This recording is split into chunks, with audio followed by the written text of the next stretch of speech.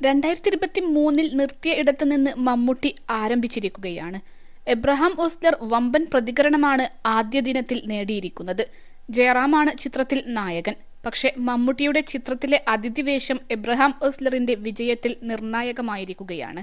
വളരെ സർപ്രൈസായി അണിയറ പ്രവർത്തകർ വെച്ചിരുന്ന റോളാണിത്. കരുതിവെച്ച സസ്പെൻസ് ഒട്ടും പാഴായില്ല. പ്രേക്ഷകനെ ചിത്രവുമായി അടുപ്പിക്കുന്നത് മമ്മൂട്ടിയുടെ കഥാപാത്രമാണ്. ഒരാളും പ്രതീക്ഷിക്കാത്ത റോളാണ് ഇതെന്ന് പ്രേക്ഷകർ പറയുന്നു.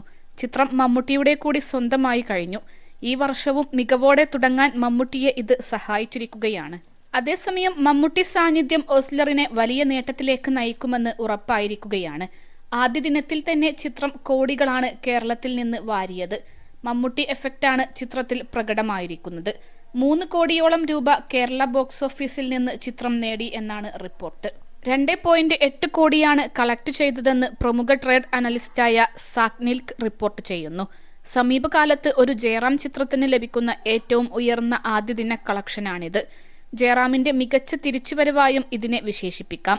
ജയറാമിന് കരിയറിൽ ഇത്ര വലിയ ഓപ്പണിംഗ് ഇതിനു മുൻപ് ലഭിച്ചിരുന്നില്ല. +2 ഡിഗ്രി കഴിഞ്ഞവർക്ക് വേൾഡ്സ് ഫസ്റ്റ് AR/VR ക്ലാസ് റൂമിലൂടെ സ്മാർട്ട് ഫോൺ എഞ്ചിനീയർ ആവാം. കൂടുതൽ അറിയാൻ വിളിക്കൂ ബ്രിഡ്കോ ആൻഡ് ബ്രിഡ്കോ. അതേസമയം മിഥുൻ മാനുവൽ തോമസ് ആണ് ചിത്രത്തിന്റെ സംവിധായകൻ. മിഥുന്റെ ചിത്രത്തിൽ ആദ്യമായിട്ടാണ് മമ്മൂട്ടി അഭിനയിക്കുന്നത്. ജയറാമും ആദ്യമായിട്ടാണ് മിഥുന്റെ പടത്തിൽ വേഷമിടുന്നത്.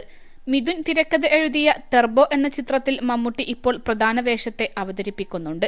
വൈശാഖാണ് ചിത്രത്തിന്റെ സംവിധായകൻ. 5-ാം പാതിരയ്ക്ക് ശേഷം മിഥുൻ സംവിധാനം ചെയ്യുന്ന ചിത്രമാണ് ഓസ്ലർ. റിലീസിന് മുൻപേ ഓസ്ലറിൽ മമ്മൂട്ടിയുണ്ടെന്ന് അഭ്യൂഹങ്ങളുണ്ടായിരുന്നു. എന്നാൽ അണിയറ പ്രവർത്തകർ ഇത് സ്ഥിരീകരിച്ചിരുന്നില്ല. ട്രെയിലറിൽ മമ്മൂട്ടിയുടെ ശബ്ദം നേരത്തെ വൈറലായിരുന്നു. ചിത്രത്തിന് മികച്ച വാരാന്ത്യം ലഭിക്കുമെന്ന കാര്യം ഉറപ്പായിരിക്കുകയാണ്. 21 ലക്ഷത്തോളം സന്തുഷ്ടരായ ഉപഭോക്താക്കളും 2 ലക്ഷത്തോളം തിമിര ശസ്ത്രക്രിയകളും പൂർത്തിയാക്കിയ മലബാറിലെ ഏക കണ്ണാശുപത്രി അൽ സലാമ ഹൈ ഹോസ്പിറ്റൽ റോഡ്, പെരിന്തൽമണ്ണ.